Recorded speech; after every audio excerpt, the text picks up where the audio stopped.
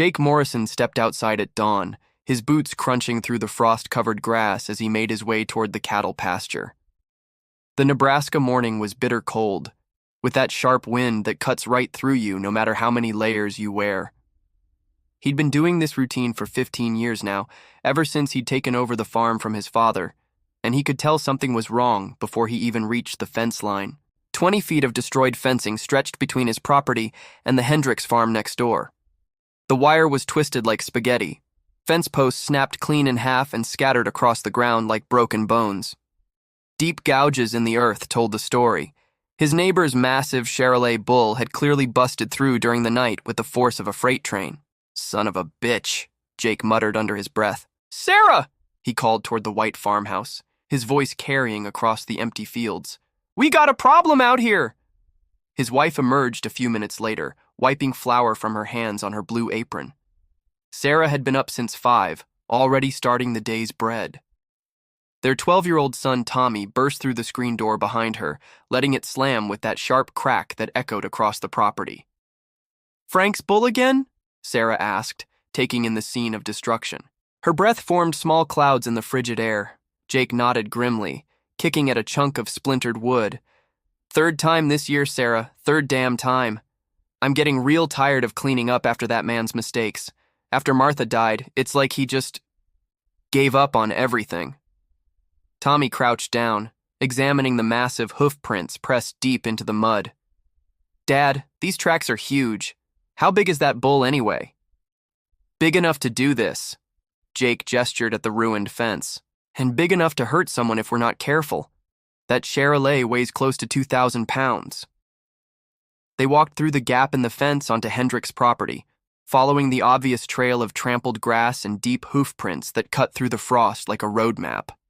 The bull had headed straight toward Frank's main pasture, but as they followed the trail, something seemed off. Instead of going to the open grazing area where you'd expect a bull to head, the prints led directly toward an old, weathered barn that Jake had never paid much attention to before.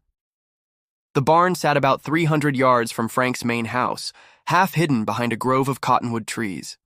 Its red paint had long since faded to a rusty brown, and several boards were missing from its sides. Jake had always assumed it was just another storage building, probably filled with old equipment and hay bales like most of the outbuildings around here. "Dad, look!" Tommy pointed toward the structure. "The barn door's open." That's when they heard it. Not the snorting and heavy breathing you'd expect from an angry bull, but something else entirely. Voices. Human voices coming from inside that barn, speaking in hushed, urgent tones. Jake motioned for Sarah and Tommy to stay back as he approached the doorway. The morning sun was still low, casting long shadows that made it hard to see into the dark interior of the barn. "Frank!" Jake called out. "Frank, you in there? Your bull busted through my fence again." There was a moment of absolute silence, then the sound of hurried movement from inside. Frank Hendricks emerged from the shadows of the doorway, but he wasn't alone. A woman Jake had never seen before was with him, along with 2 children who looked to be around Tommy's age. Frank looked terrible, worse than Jake had seen him since Martha's funeral. His usually neat gray hair was disheveled, his work clothes wrinkled like he'd slept in them. But it was his eyes that caught Jake's attention. Frank looked scared. "Jake," Frank said, his voice shaky and uncertain. I can explain this. I know how this must look." The woman stepped forward, and Jake could see her more clearly now. She was Hispanic, maybe 40 years old, with kind eyes that showed deep exhaustion. Her clothes were clean but worn, and she held herself with a dignity that suggested she wasn't used to asking for help. The 2 children stayed close to her side. A girl who might have been 10 and a boy slightly younger. "This is Maria," Frank said quietly, his words coming out in a rush. "And her kids, Elena and Carlos, they've been staying here." Jake stared, trying to process what he was seeing. As his eyes adjusted to the dim light inside the barn, he could make out that the space had been converted into a living area. It was makeshift, but surprisingly clean and organized. There were sleeping areas sectioned off with hanging blankets, a small camping stove set up on a wooden table, and children's drawings taped to the walls. A few toys were scattered on a carpet that had been laid over the hay-covered floor. "Frank," Jake said slowly, "what the hell is going on here?" Maria spoke for the first time, her English accented but clear. "Please, sir, we don't want trouble. Frank has been very kind to us, but if we need to go—" "No," Frank interrupted, finding his voice. "No, Maria, you're not going anywhere." He turned to Jake, and there was something desperate in his expression. "Jake, they need help, real help, and I couldn't just turn them away." Sarah had moved closer, and Jake could see the wheels turning in her head as she took in the scene. Tommy was staring at the two children with open curiosity. "How long, Frank?" Sarah asked gently. "How long have they been here?" Frank ran his hand through his gray hair. 6 weeks now, maybe 7. Maria and the kids were walking along County Road 12 in the middle of the night. It was that cold snap we had in early November, remember? Temperature dropped to 15 below. I found them trying to take shelter under the highway overpass. Jake felt a knot forming in his stomach. He'd driven past that overpass dozens of times. The thought of a woman and 2 kids trying to survive out there in that kind of weather made him sick. "They were running," Frank continued. "From what? I don't ask too many questions about. But they needed somewhere safe, somewhere warm. I couldn't just leave them there, Jake. Martha would have never forgiven me. What would you do if you discovered your neighbor hiding a family in his barn? Like this video if you're already hooked and want to see what Jake decides. Subscribe because Chapter 2 reveals the shocking truth about why Maria and her kids are really running, and it's not what you think. Comment below, should Jake help Frank or call the authorities? Jake couldn't sleep that night. Every time he closed his eyes, he saw those 2 kids huddled in Frank's barn, saw Maria's exhausted face, saw the fear that never quite left her eyes. Sarah had been unusually quiet during dinner, pushing her food around her plate while Tommy peppered them with questions they couldn't answer. "Dad, why were those kids living in a barn?" Tommy had asked. "Don't they have a house?" "It's complicated, son," was all Jake could manage. The next morning, Jake found himself walking back toward the Hendricks property before he'd even finished his coffee. He told himself he was just checking on the fence repair work, but he knew better. The truth was, he couldn't get Maria's story out of his head. Frank was waiting for him by the barn entrance, like he'd been expecting this conversation all along. The older man looked like he'd aged 10 years overnight. "You came back," Frank said simply, his voice hoarse from lack of sleep. "I need to understand what's happening here, Frank. Really understand. Because what you told me yesterday, that's only part of the story, isn't it?" Frank nodded slowly and called toward the barn. "Maria? Could you come out here? Jake wants to talk, and I think it's time we told him everything." Maria emerged with her children close behind her. In the full daylight, Jake could see details he'd missed the day before. Elena, the 10-year-old girl, had a small scar above her left eyebrow that looked recent. Carlos, maybe 8 years old, kept his right arm close to his body, like it had been injured and he was protecting it.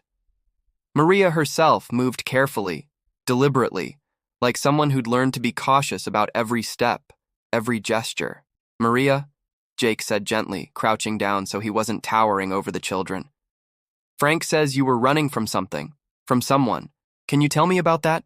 Maria looked at Frank, who gave her an encouraging nod. She took a deep breath. "My husband," she said quietly. "My ex-husband, Roberto. He found us in Denver, then in Kansas City, then in Omaha. We keep moving, but somehow he keeps finding us." "Why not go to the police?" Jake asked, though something in her expression told him this wasn't the first time she'd been asked that question. Maria's laugh was bitter, devoid of any humor. "I tried, 3 times in 3 different cities. You want to know what they told me? It's a civil matter, ma'am. He's their father after all. Maybe you folks should try marriage counseling." She pulled up her sleeve, revealing a faded yellow-green bruise that wrapped around her forearm like a bracelet. "This is what their counseling suggestion got me." Elena, the 10-year-old, spoke up suddenly with a matter-of-factness that chilled Jake to the bone. "He broke Carlos's arm the last time, threw him down the stairs because he was crying too loud when Roberto was watching TV. Jake felt his stomach lurch. Carlos instinctively moved closer to his mother, and Jake noticed the boy hadn't said a single word since they'd met. The last time, in Omaha, Maria continued, her voice getting stronger, Roberto found the shelter where we were staying, came to Elena's school the next day, told the principal he was there to pick up his daughter for a dentist appointment. If Elena's teacher hadn't recognized that something was wrong, if she hadn't insisted on calling me first. She trailed off, but the implication hung in the cold air between them. Frank stepped forward, his weathered hands clenched into fists. Jake, I've been doing some research on this Roberto character. Maria's ex-husband. He's got connections. His brother Miguel works for the county sheriff's department back in Pueblo, Colorado, where they're originally from. That's how he keeps finding them. Every time Maria tries to get help through official channels, every time she files a report or applies for assistance, somehow that information finds its way back to Roberto. So we run, Maria said simply, with a resignation that broke Jake's heart. We've been running for 8 months now, living in our car when we had gas money, staying in shelters when we could find space, sleeping in parks and rest stops when we couldn't. That night Frank found us. We'd been walking for 6 hours after our car broke down outside Kearney. Carlos was getting sick from the cold, and Elena... She looked down at her daughter with infinite tenderness. Elena asked me if we were going to die out there. Jake was quiet for a long moment, processing everything he'd heard. The morning wind cut through his jacket, but he barely noticed the cold. What's your plan now? He asked finally. There's a woman in Portland, Oregon, Maria explained, hope creeping into her voice for the first time. A lawyer named Catherine Wells who helps families like us disappear completely. Legal new identities, sealed records, the whole process. But we need to get there first, and we need money for the legal fees. How much money? $3,000, for all three of us to start over completely. Jake's mind was racing. $3,000 was a significant sum for a farming family, especially with crop prices being what they were this year. But it wasn't impossible. What seemed impossible was the idea of doing nothing while these children lived in fear. Frank, can I talk to you privately for a minute? They walked about 50 yards away from the barn, close enough to keep Maria and the children in sight, far enough to speak freely. Jake, I know what you're thinking, Frank started before Jake could say a word. And you're absolutely right to be concerned. This could cause serious problems for all of us. If the wrong people find out what we're doing here, if Roberto tracks them down. But I can't just send them back out there. I can't. That's not what I'm thinking, Jake said quietly, surprising them both. What I'm thinking, Jake continued, is how we get them to Oregon safely. And I'm thinking about what happens when people start asking questions around here. Frank stared at him in disbelief. Jake, you can't be serious. The risk to your own family. Frank, Sarah, and I talked until 3 a.m. last night. Really talked. We've got some money saved up from the corn harvest. Not a lot, but enough. And we've got that old Ford pickup that could make the drive to Oregon without drawing attention. Jake, if you get caught helping them, if Roberto has law enforcement connections like Maria says, then we better make damn sure we don't get caught. Jake's voice was firm. Frank, I keep thinking about what you said yesterday, about Martha never forgiving you if you'd left them there to freeze. Well, I've got kids too. Tommy's the same age as Elena, and I'll be damned if I'm going to stand by and let someone hurt children when I have the power to do something about it. As they walked back toward Maria and the kids, Jake was already formulating a plan. They could leave on Saturday morning, make it look like a family trip to visit Sarah's sister in Denver, take back roads through Colorado and Utah, avoid the interstates where Roberto might have people watching. It would take longer, but it would be safer. Maria, Jake called out as they approached the barn. How long do you think it would take Roberto to track you down if he knew you were in Nebraska? Not long, she replied grimly. Maybe a week, maybe less. Why? Because we're going to get you to Oregon before he has the chance. Maria's eyes filled with tears. Elena grabbed her mother's hand, while Carlos peeked out from behind Maria's legs, actually making eye contact with Jake for the first time. But neither Jake nor Frank noticed the figure crouched behind the cluster of cottonwood trees about 100 yards away. Dale Peterson had been walking his property line, checking for storm damage from the night before, when he'd heard voices carrying across the morning air. Dale owned the farm on the other side of Frank's property, and he'd always been the type of neighbor who paid close attention to everyone else's business. Dale had heard enough of the conversation to piece together what was happening. Frank Hendricks was harboring illegal immigrants. The Morrison family was planning to help them escape to Oregon, and now Dale had to decide what to do with this information. Back at the barn, Jake was explaining his plan to Maria. "We leave Saturday morning, early. I'll tell folks in town that Sarah and I are taking Tommy to visit her sister in Denver for a long weekend. Nobody will think twice about it." "Jake," Maria said, her voice shaking, "I don't know how to thank you. The risk you're taking for strangers?" "You're not strangers anymore," Sarah's voice came from behind them. Jake turned to see his wife approaching with a thermos of coffee and a paper bag. "I brought some breakfast for the kids." Elena and Carlos immediately perked up at the mention of food. Sarah handed Elena the bag, which contained fresh biscuits with honey butter. "Sarah, what are you doing here?" Jake asked. "Same thing you are, figuring out how to help." She turned to Maria. "I've been thinking about routes to Oregon. If you take Highway 30 west instead of the interstate, it's longer but much less traveled. Fewer chances of running into trouble." Frank looked between Jake and Sarah with amazement. "You folks are really serious about this?" "Dead serious," Sarah replied. "But we need to be smart about it. Jake, what about Tommy? We can't leave him behind, but we can't tell him the whole truth either." "We tell him we're helping Frank move some cattle to a ranch in Oregon," Jake said. "Close enough to the truth that he won't ask too many questions." As they discussed the details, Dale Peterson was already walking back toward his own farmhouse, his mind made up. He'd known Jake Morrison his whole life, considered him a good neighbor and an honest man. But the law was the law, and harboring illegals was a federal crime. Dale had always prided himself on being a law-abiding citizen. When his own farm had struggled 5 years ago, he'd taken out loans and worked 3 jobs rather than cut corners or ask for government assistance he wasn't entitled to. The idea that Frank Hendricks was just giving away help to people who hadn't earned it, who weren't even supposed to be in the country, rankled him deeply. By the time Jake and Sarah returned to their own farmhouse, Dale was already reaching for his phone to call the county sheriff's office. But then he hesitated. Sheriff Bill Martinez had been asking questions around town lately about suspicious activity, wanted to know if anyone had seen strangers or unfamiliar vehicles. Dale had assumed it was just routine law enforcement business. Now he wondered if there was more to it.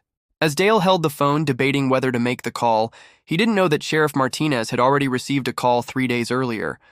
A call from Roberto Vasquez, who claimed his ex-wife had kidnapped his children and was believed to be hiding somewhere in the central Nebraska area. Roberto had been very convincing, very official sounding.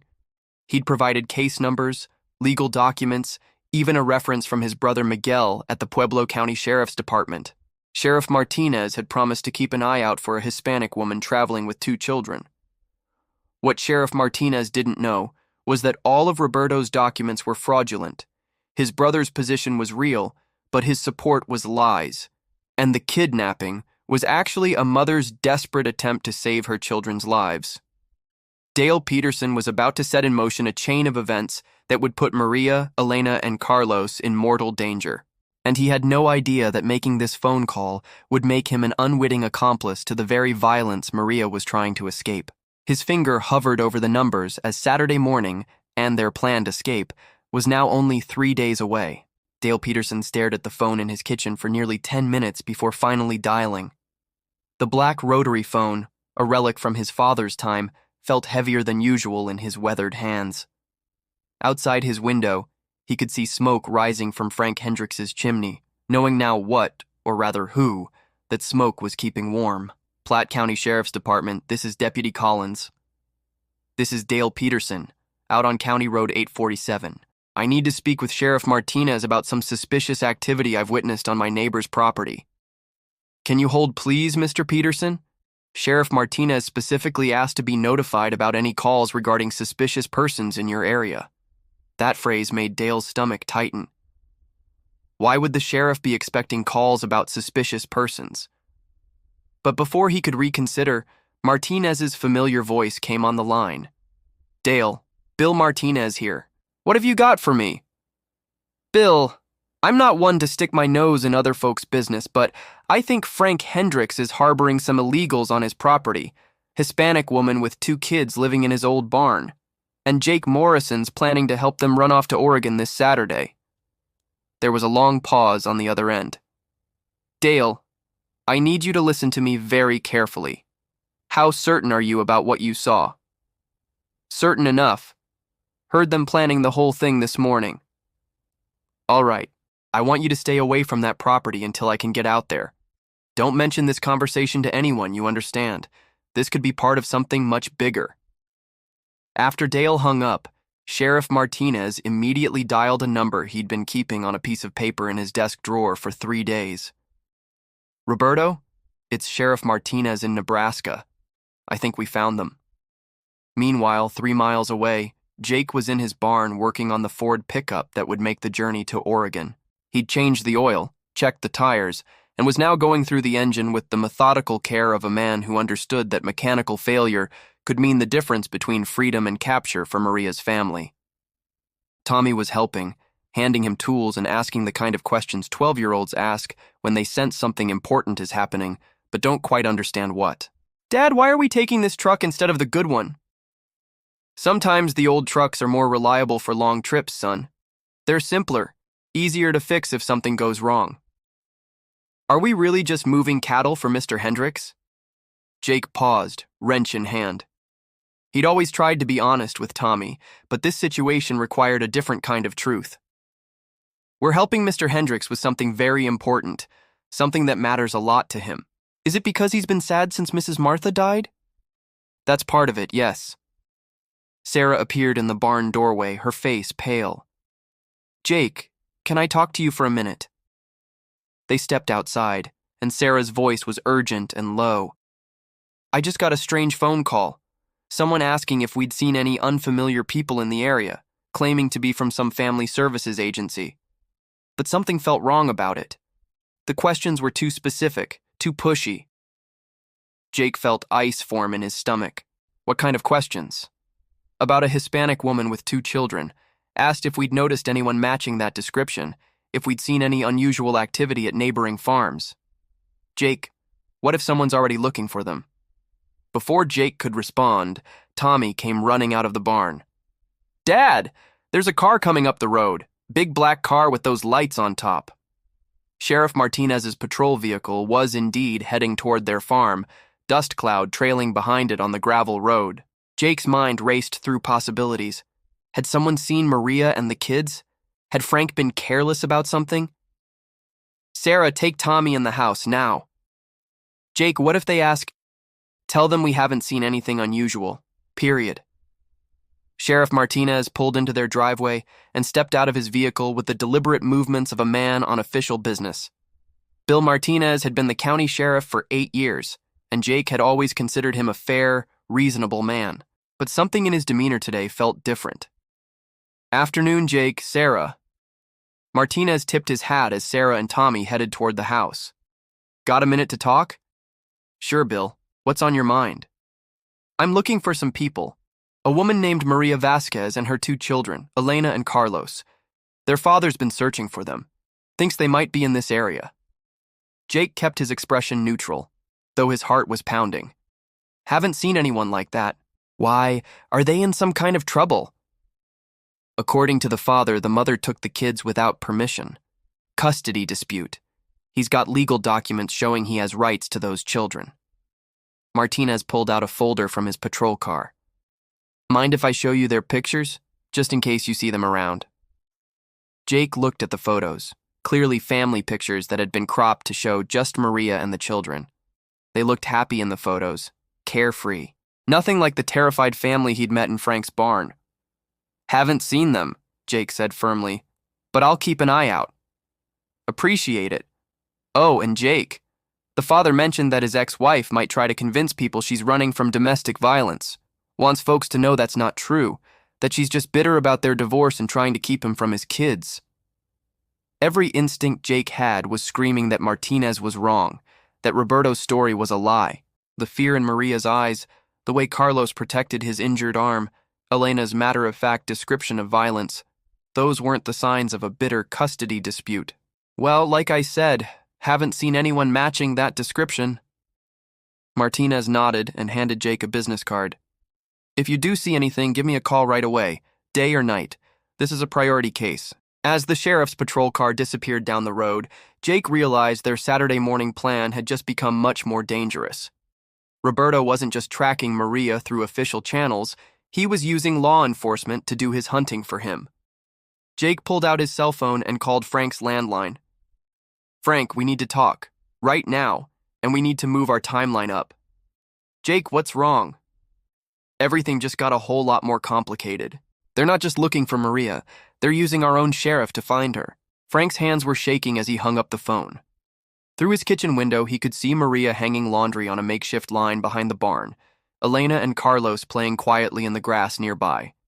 They had no idea that their sanctuary was about to become a trap.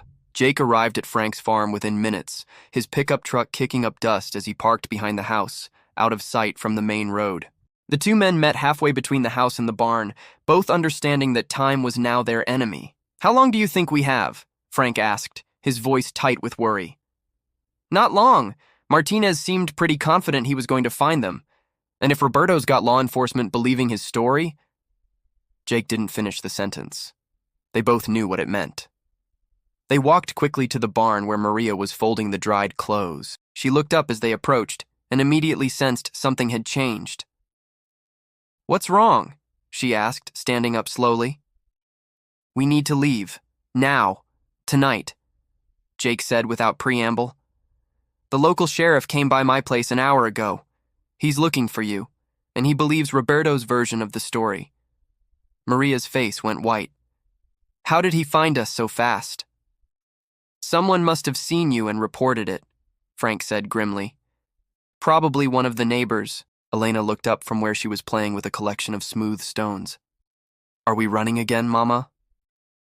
The resignation in the 10-year-old's voice broke Jake's heart. This child had spent 8 months of her life running, never staying anywhere long enough to feel safe, never able to make friends or sleep soundly. Yes, mija, Maria said softly, but this time will be different. This time we're going somewhere Roberto can never find us. Carlos, who had been silent as usual, suddenly spoke up. Will there be other kids where we're going? It was the first time Jake had heard the boy's voice, and the innocent hope in it made his resolve even stronger. Yes, Carlos, Jake said, crouching down to the boy's level. Where we're going, you'll be able to go to school, make friends, be normal kids again. Frank was already moving toward the barn. Maria, pack everything you can carry in one bag. We leave the rest behind. Frank, you can't come with us, Jake said firmly. If you disappear the same time they do, it'll be obvious you helped them. You need to stay here, act surprised when Martinez comes back. Jake's right, Maria said, though her voice showed how much Frank's support had meant to her. You've already done so much. Too much. Frank's weathered face was struggling with emotion. Martha and I, we never had kids of our own. These past weeks, having Elena and Carlos around, it reminded me what this old place was supposed to be about. Family, taking care of each other. While Maria packed their few belongings, Jake called Sarah from Frank's landline. We're leaving tonight instead of Saturday, he told her. Can you pack our bags and make it look like we planned this trip all along? Jake, if we get caught, if we don't try, those kids are going back to someone who breaks their bones for crying. I can't live with that, Sarah. Can you? There was a long pause. No, I can't. Tommy's already excited about the cattle drive story. I'll have everything ready within the hour. As darkness fell over the Nebraska countryside, the plan went into motion. Jake drove his pickup to Frank's barn, where Maria and the children were waiting with a single duffel bag containing everything they owned. Frank had given Maria an envelope with $800, most of his savings, to help with expenses on the road. The route Sarah mapped out takes you through smaller highways, Frank explained, spreading a road atlas across the truck's tailgate. Avoid Grand Island, avoid Lincoln. Stay on the back roads until you get to Colorado. Elena climbed into the truck's cab between Jake and Maria, while Carlos settled next to his mother. The boy was clutching a small wooden horse that Frank had carved for him during their stay. Mr. Frank, Elena said through the open window. Will we ever see you again? Frank leaned down and spoke softly to her. Someday, when you're all safe and settled, maybe your mama will send me a letter. Let me know how you're doing in school, what your new house looks like. As they prepared to leave, headlights appeared on the main road, moving slowly toward Frank's driveway. Everyone froze. Get down, Jake whispered urgently. Maria and the children ducked below the dashboard as a patrol car turned into Frank's driveway. Sheriff Martinez stepped out of his vehicle and approached Frank, who was standing casually by his front porch, having quickly walked there from the barn. Evening, Frank. Sorry to bother you so late. I'm looking for some people who might be in the area. Hispanic woman with 2 kids. You seen anything unusual around here lately? Jake held his breath, knowing that their lives now depended on Frank's ability to lie convincingly to a man he'd known for 20 years. Can't say that I have, Bill. What's this about? Custody dispute. Father's looking for his kids. Says the mother might try to convince people she's running from abuse, but it's not true. Just wants to keep the kids from their dad. That's terrible, Frank said, his voice perfectly neutral. A man should have access to his children. Exactly. Well, if you see anything, give me a call. I've got deputies checking all the farms in the area. As Martinez's patrol car disappeared down the road, Jake started the truck's engine. Frank, Maria said through the window, tears streaming down her face. Thank you. For everything. You get those kids somewhere safe, Frank replied. That's all the thanks I need. Jake put the truck in gear and drove slowly down Frank's driveway with the headlights off, using the moonlight to navigate until they reached the county road. Only then did he turn on the lights and begin the journey that would either lead Maria's family to freedom or deliver them straight into Roberto's hands. Behind them, Frank Hendricks stood in his driveway watching the taillights disappear, knowing he might never see any of them again, and wondering if he'd just helped them escape to safety or sent them into a trap that was already waiting for them somewhere down that dark Nebraska highway. As Jake's truck disappeared into the night, neither Frank nor the escaping family noticed the second set of headlights that had been waiting on a side road, lights off, engine running. Dale Peterson had been watching Frank's property all evening, and now he was reaching for his radio to report that the suspects were on the move. The race was on, and Roberto Vasquez was already driving north from Colorado, 3 hours ahead of them on the same route they would have to take to reach safety.